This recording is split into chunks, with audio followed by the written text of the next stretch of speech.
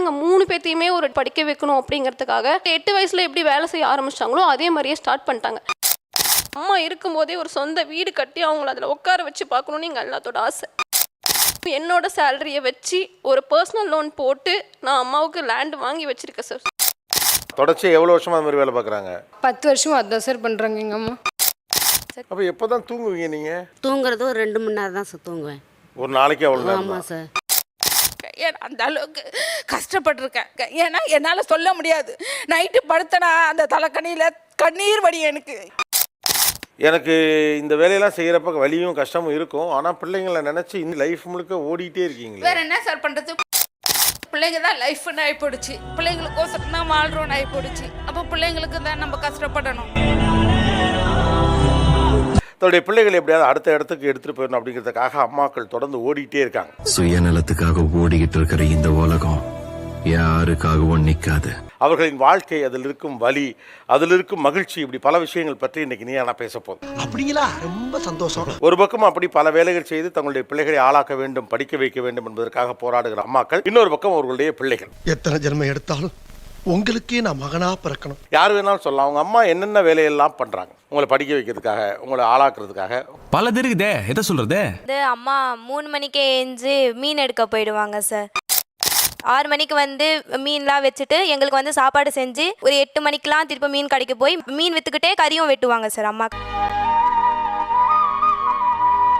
வீட்டுக்கு வரத்துக்கே 10-10:30. அந்த கையெல்லாம் பார்க்க மட்டும் ரொம்ப புண்ணா இருக்கும் சார். ரொம்ப முள்ளு குத்தி. ஆமா சார். ஏதோ என்னால முடிஞ்சது. நான் யாருக்கும் எந்த கெடுதலும் பண்ணல.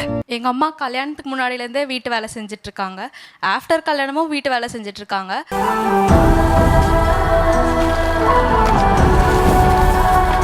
காலையில வீட்டு வேலைலாம் முடிச்சுட்டு மத்தியானம் அப்பா கூட போய் ஹெல்ப் பண்ணுவாங்க. பெரிய விஷயம். காலையில் ஒரு 4:30க்குலாம் எழுந்து ஒரு ஜிம்மில் வந்து பெருக்கி தொடச்சி பாத்ரூம் க்ளீன் பண்ணுற வேலை போயிடுவாங்க. ஏதோ என்னால் முடிஞ்சது. முடிச்சுட்டு இன்னொரு வீட்டில் போயிட்டு பாத்திரம் தேய்க்கிறது இந்த மாதிரி வேலை முடிச்சுட்டு ஒரு பார்பர் ஷாப்பில் போய் அங்கேயும் பெருக்கி துடைப்பாங்க. முடிச்சுட்டு எங்கள் ஸ்கூல் வாசலில் வந்து சுண்டல் செஞ்சு போடுவாங்க சார்.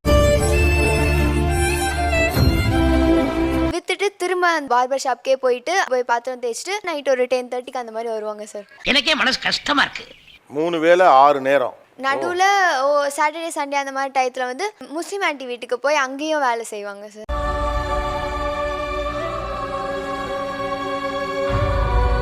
அம்மா 4 மணிக்கு எழுந்திரிச்சு கயிறு தீர்க்கிற தொழில் செய்வாங்க சார். அது முடிஞ்ச உடனே அம்மா வந்து துணி தைக்க ஆரம்பிச்சிருவாங்க சார். அது வந்து 12 மணிக்கு முடியும். திருப்பி அதே ஸ்டார்ட்டாக திருப்பி 3 மணிக்கு எழுந்திரிச்சு அதே கயிறு தீர்க்கிற தொழில் செய்வாங்க சார். இப்படியே செஞ்சுட்டு இருக்குள்ள அம்மா தலை சுத்து வந்து கீழே விழுந்துட்டாங்க. அப்புறம் என்ன ஆச்சு? காதல் வந்து ரொம்ப பிளட் ஆயிடுச்சு. அப்பயும் உயர்கல்வி நல்லா படிக்குன்னு சொல்லிட்டு எங்கள் அம்மா இன்னமும் அதே தொடர்ந்து தான் சார் வேலை செய்கிறாங்க. ரூவா இருந்தா புடிங்கிடுவானுவ, ஆனால் படிப்பை மட்டும் நம்ம கிட்ட இருந்து எடுத்துக்கிடவே முடியாது சிதம்பரம். எனக்காக எங்கள் அம்மா எல்லா கஷ்டத்தையும் தாண்டி நான் நல்லா படிக்கணும்னு சொல்லிட்டு எங்கள் அம்மா இவ்வளோ நேரம் கஷ்டப்படுவாங்க. அதனால் யாருக்காக படிக்கனாலும் எங்கள் அம்மாக்காக நான் படிப்பேன். தொடர்ச்சி எவ்வளோ வருஷமா அது மாதிரி வேலை பார்க்குறாங்க? 10 வருஷம் அதான் சார் பண்ணுறாங்க எங்கள் அம்மா. அடேங்க அப்பா.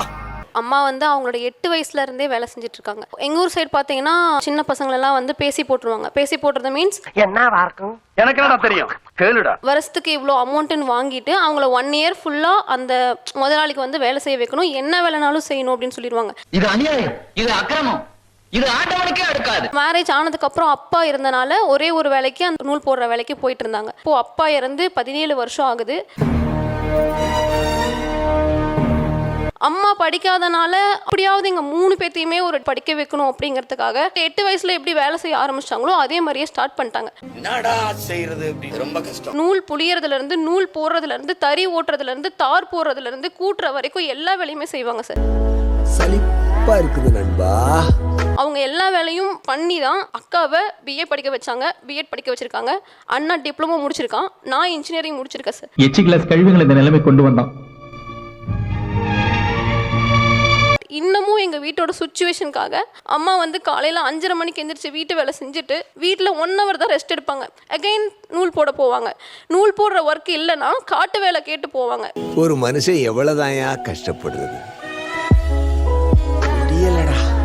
Sorry to say this sir, அம்மா இறந்து போகிறதுக்குள்ளே ஒரு சொந்த வீட்டுக்குள்ளே போகணும் அப்படிங்கிற கனவு அவங்களுக்கு இருந்துச்சு. அம்மா இருக்கும்போதே ஒரு சொந்த வீடு கட்டி அவங்கள அதில் உட்கார வச்சு பார்க்கணுன்னு எங்கள் எல்லாத்தோட ஆசை.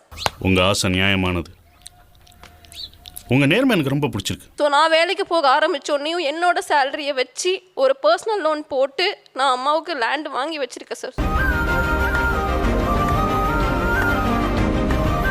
எங்கள் அம்மா காலையில் 5 மணிக்கு எழுந்திருப்பாங்க. 9 மணிக்கு ஒரு வீட்டுக்கு போய் வீடு பெருக்கி துடைப்பாங்க. இன்னொரு வீட்டுக்கு போய் காய கட் பண்ணி கொடுப்பாங்க. திரும்பி 12லேருந்து 12:30 வரைக்குமே அந்த ஆஃபீஸில் வந்து பெருக்கி துடைப்பாங்க. அவங்க சொல்கிற வேலையுமே செய்வாங்க. ஐயோ மீண்டும் மீண்டுமா? ஃபுல் வேலையை முடிச்சுட்டு டைம் பார்க்கறதுக்கு 1:30 ஆகிடும் சார்.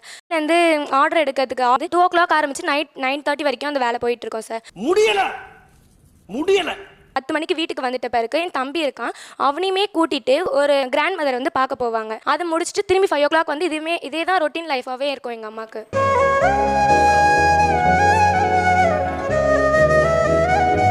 அப்போ எப்போ தான் தூங்குவீங்க நீங்கள்? தூங்குறது ஒரு 2 மணி நேரம் தான் சார் தூங்குவேன். ஒரு நாளைக்கு அவ்வளோ? ஆமாம் சார். தாங்க முடியலடா பாண்டி.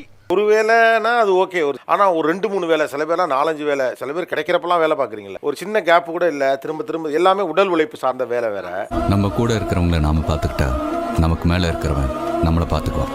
எனக்கு இந்த வேலையெல்லாம் செய்கிறப்ப வலியும் கஷ்டமும் இருக்கும். ஆனால் பிள்ளைங்களை நினச்சி இந்த வலிகளை எல்லாம் நான் மறந்துடுவேன். சொல்றேம்மா சொல்றேன்.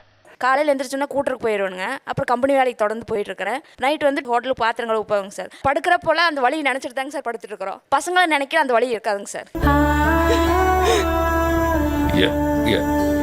இந்த வலியை விட எந்த வலி உங்களுக்கு பெருசா தெரியுது? நான் படிக்கலைங்க சார், 5வது வரைக்கும் தான் படித்தேன். ஆனால் வந்து நம்ம பசங்களை படிக்க வைக்கணும் அப்படிங்கிற ஒரு வெறியில தாங்க சார் இந்த வேலையை நான் முயற்சி பண்ணிட்டு இருக்கிறேன். வேற லெவலுங்க நீங்க, வேற லெவல். எனக்கு வந்து முதுகு வலி இருக்குங்க சார். ஆனால் இந்த பசங்களை நினைக்கல, எனக்கு அந்த வழியே தெரியறதில்ல. அந்த வழியோட வழியாக எதையும் செய்யணும். எல்லாவும் பார்த்துப்பா. எனக்கு 2 பெண் பிள்ளைங்க. ஒரு பிள்ளைய வந்து இன்ஜினியருக்கு படிக்க வச்சிருக்கேன், ஒரு பிள்ளைய டாக்டருக்கு படிக்க வச்சிருக்கேன். வெரி குட்ரா, கை கொடு. அந்த அளவுக்கு கஷ்டப்பட்டிருக்கேன். ஏன்னா என்னால் சொல்ல முடியாது. நைட்டு படுத்தனா அந்த தலைக்கணியில் கண்ணீர் வடி எனக்கு.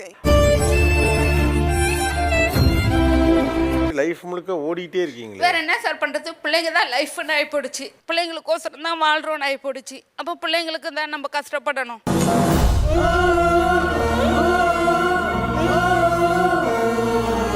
எனக்கு கால் வலி நிறைய இருக்கும். நான் வந்து உட்காரப்ப எனக்கு அழுகு தான் வரும். கால் வலிக்குதுன்னு யார்கிட்டயும் சொல்ல முடியாது. இல்ல உட்கார முடியாது, உட்கார முடியாது சார். மாஷா அல்லாஹ். காலையில இருந்து ஈவினிங் வரைக்கும் நான் நடந்துட்டே இருக்கணும். இப்ப எங்களை ஒரு மாதிரி ட்ரீட் பண்ணுவாங்க. இவங்களாம் அப்படின்ற மாதிரி பாப்பாங்க. அக்கிரமத்தின் உச்சக்கட்டத்துக்கு போயிட்டு இருக்கடா நீ படி. எனக்கு இது வழி தெரியல. நான் டெய்லி 200 ரூபாய் சம்பாதிப்பேன். நீங்க இவ்வளவு வேலை பாக்குறீங்க, அவ்வளவுதான் சம்பளம் ஆகுது. ஆமாங்க சார். எனக்கு அந்த கயிறோட ரேட்டு 1 ரூபாய் எடுத்துப்பாங்க. சேல் பண்றப்ப 10 ரூபாய்க்கு சேல்ஸ் பண்ணுவாங்க. இது டூ மச். இது டூ மச். அந்த 200 ரூபாய்க்கு நான் ஃபுல் டே ஓடி ஓடணும் சார். வரணும். நிறைய கால் வலி கை வலிலாம் இருக்கும். படுத்த தூக்கமும் வராதுங்க சார். தூக்கம் வராதுங்க சார். இந்த உடம்பு வலிலாம் பயங்கரமா இருக்கும். அழுகுதான் எனக்கு வரும். அவன் குடிச்சு பழகிட்டா. நீங்கள் மறக்கும் அந்த வலிகள் என்னென்ன? உடம்பு வலி சார். ஆனால் அந்த வலி நம்ம பசங்க வந்து மார்க் எடுக்கும் போது கொஞ்சம் தெம்பா இருக்கும். என் பையன் இப்போ நல்லா மார்க் எடுத்திருக்கான். ஸோ ஃபியூச்சரில் நல்லா ஆயிடுவான்.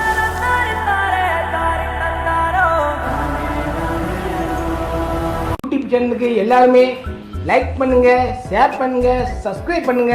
அந்த பெல்லுங்கிற பட்டன் இருக்கும். உங்க பொண்ணான கையால் அந்த பெல்லை மட்டும் கொஞ்சம் அமுக்கிடுங்க.